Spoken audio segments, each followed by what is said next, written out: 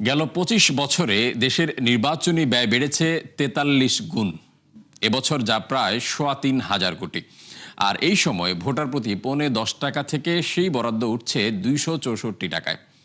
যদিও এর সিংহভাগই চলে যাচ্ছে আইন শৃঙ্খলা বাহিনীর পেছনে, অন্যদিকে এই ব্যয়ের স্বচ্ছতা, যৌক্তিকতা ও সর্বোপরি কার্যকারিতা নিয়ে প্রশ্ন তুলেছেন বিশ্লেষকরা। রাকিব আল জাবেদের রিপোর্ট।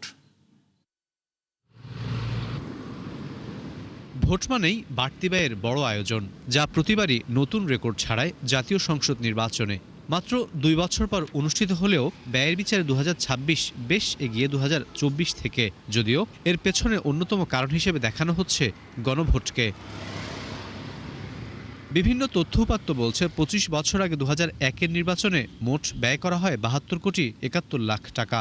এরপর এই বরাদ্দ ধারাবাহিকভাবে বাড়তে থাকে প্রতি বছরই, ফলে এবার যা দাঁড়াচ্ছে ৩,১৫০ কোটিতে। সেই হিসাবে এই সময়ে ব্যয় বাড়ল ৪৩ গুণেরও ওপরে। আর ভোটার প্রতি বরাদ্দ আমলে নিলে পৌনে ১০ টাকা থেকে যা দাঁড়াচ্ছে ২৬৪ টাকায়। যদিও বাড়তি ব্যয় কিংবা বরাদ্দ নিয়ে প্রশ্ন বিশ্লেষকদের। খরচটা কিন্তু যৌক্তিকতা এবং মাত্রা অনেকটাই ছাড়িয়ে যাচ্ছে। এখন কম খরচে নির্বাচন করতে পারাটা কিন্তু সরকারের একটা সাফল্য হতে পারত। সরকার হয়তো দেখাতে পারতো যে আগের নির্বাচনী ব্যয়টা অপ্রয়োজনীয় ছিল। এখন আমাদের আসলে সব জায়গায় তো ব্যয় সাশ্রয় করতে হবে। মানে বিষয়টা এমন নয় যে অতিরিক্ত ব্যয় করলে নির্বাচনটা ভালো হয়ে যাবে, বরং কম ব্যয়ে কিভাবে একটা সুন্দর নির্বাচন করা যায় সেটার একটা উদাহরণ কিন্তু এই অন্তর্বর্তী সরকার সৃষ্টি করতে পারতেন। কিন্তু দেখা যাচ্ছে যে পাল্লা দিয়ে ব্যয়টা বেড়ে গেছে। তো এইটা কিন্তু কাম্য নয়। ২০০১ থেকে ২৪ পর্যন্ত ৫ জাতীয় সংসদ নির্বাচনের তথ্য বলছে মোট ব্যয়ের ৫৮ থেকে ৭১% পর্যন্তই চলে গেছে আইন শৃঙ্খলা বাহিনীর পেছনে। আনুপাতিক হারে যা সবচেয়ে বেশি ২০১৪ এর নির্বাচনে। আর এবারও ২ বছরের ব্যবধানে ২৫০ কোটি টাকা বেড়ে এই খাতে বরাদ্দ দেওয়া হয়েছে ১৪০০ কোটি টাকা। আর ১২০০ কোটির মতো রাখা হয়েছে অন্যান্য পরিচালন ব্যয় বাবদ। পরিস্থিতি কিন্তু এখন অনেক সুন্দর এবং শান্ত।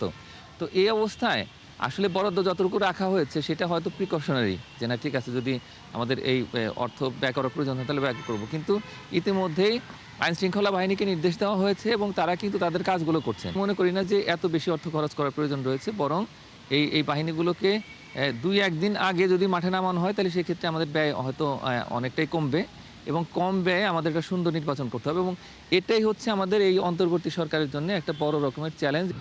নির্বাচন কমিশনের হিসাবে গণভোট ও অন্যান্য খাতে এবার অন্তর্বর্তী সরকার বরাদ্দ রাখছে ৫০০ কোটি টাকারও বেশি।